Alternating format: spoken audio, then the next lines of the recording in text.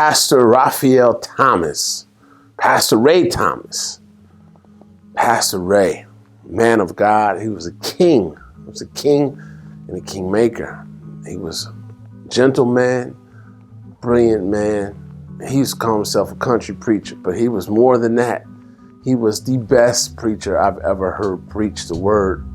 Matter of fact, he was the best preacher. He remains my favorite preacher as well. I mean, the way he could cut and deliver the word in a way full of energy and life, and how fervent he was in delivering the word, and how he could recite scriptures for any topic. He was able to recite scriptures and speak to the issues straight on. An amazing, amazing man of God. I mean, man, I was so honored to really just shake his hand as a kid. I mean, he was like bigger than life to me. I was short and he was like a giant. Now I'm taller than him.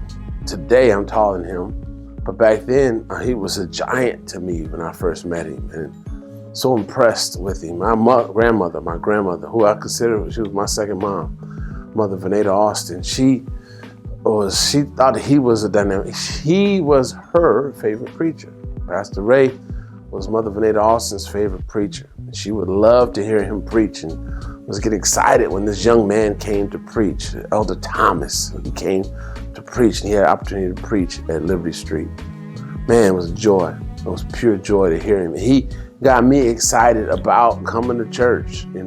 He had something to say that was uplifting and biblical, and it was the word of God, which we know is sharper than any two-edged sword. So he was slicing and dicing and dancing. And I know one person likes to say that he did his James Brown impression, but he had them cowboy boots and he would work it. And then there was a time when I went to run for mayor, and years later, maybe before I ran for mayor, I would go and visit Pastor Ray, and he would educate me on the city of South Bend. And it seemed like we were interacting on a few boards. I know he was heavy into the Human Rights Commission, heavy into that, one of his passions. And, was teaching me about the city and about generally like life in general, even in the city of South Bend. So I returned to South Bend right after graduate school and to take care of my mom, to be a caregiver for my mother, ended up being a caregiver for my mother and my father.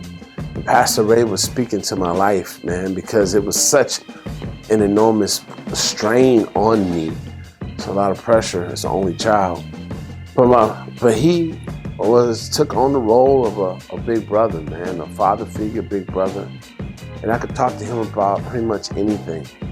So when the opportunity presented itself to run for mayor of South Bend around 2011, I went ahead and, I tried not to run, to ask Mayor Lickey, do you have to move on? And he said, I'm not running. So I ran.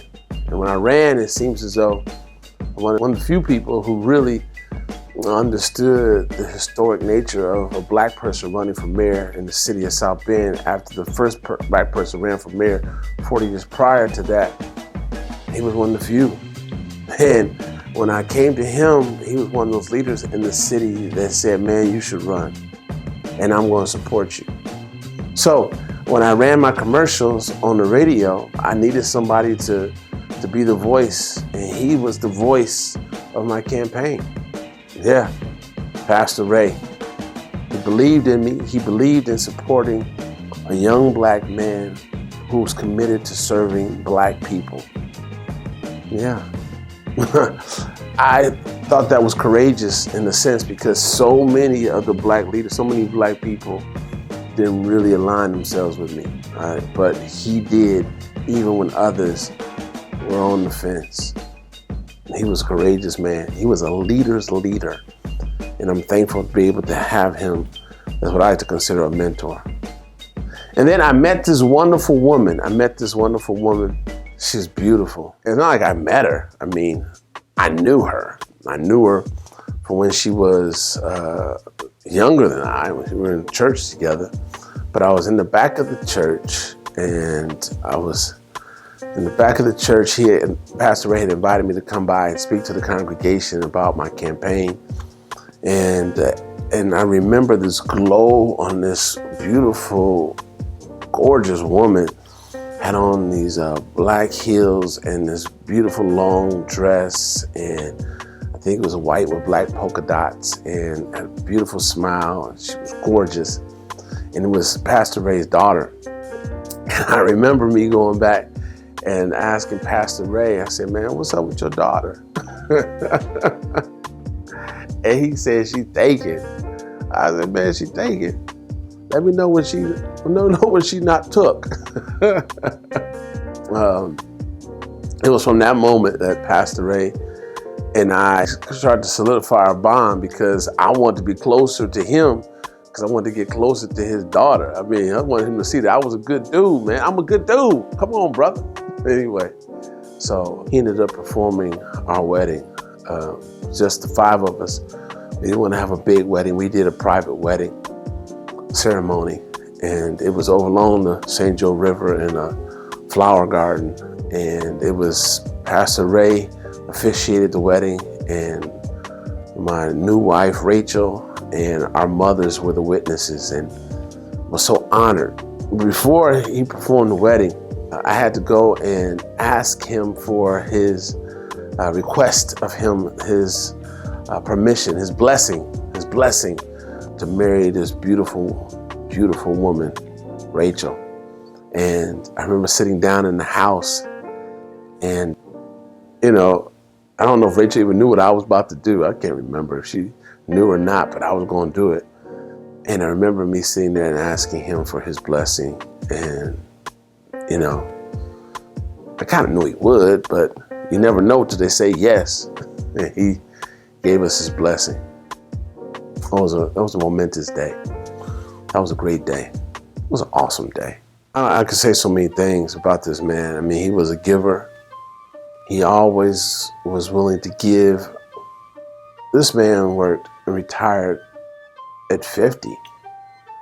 He did 30 years at the bank, retired to go serve as a full-time pastor of a big little church, Faith Temple, because he wanted to make God smile. He was committed and passionate about fulfilling his call.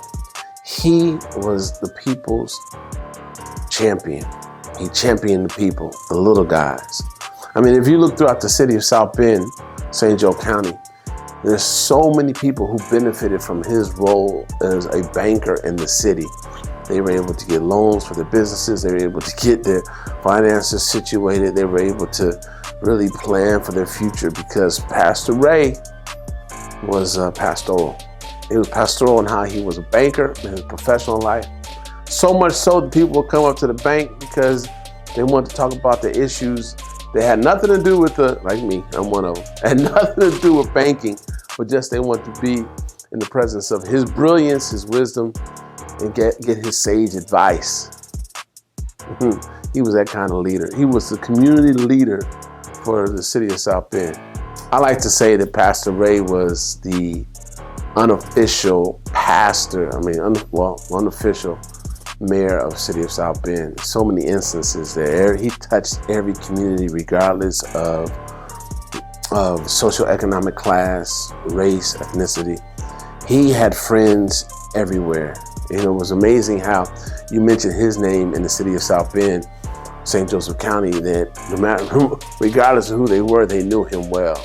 Yeah. I remember I was having a conversation in the office of the bank president, First Source, the bank president, and I mentioned Pastor Ray and how he had nothing but awesome things to say about Ray Thomas. I'm like, man, who is this guy, Pastor Ray? And so, yeah, he's an icon. He's an icon. And he'll be greatly missed.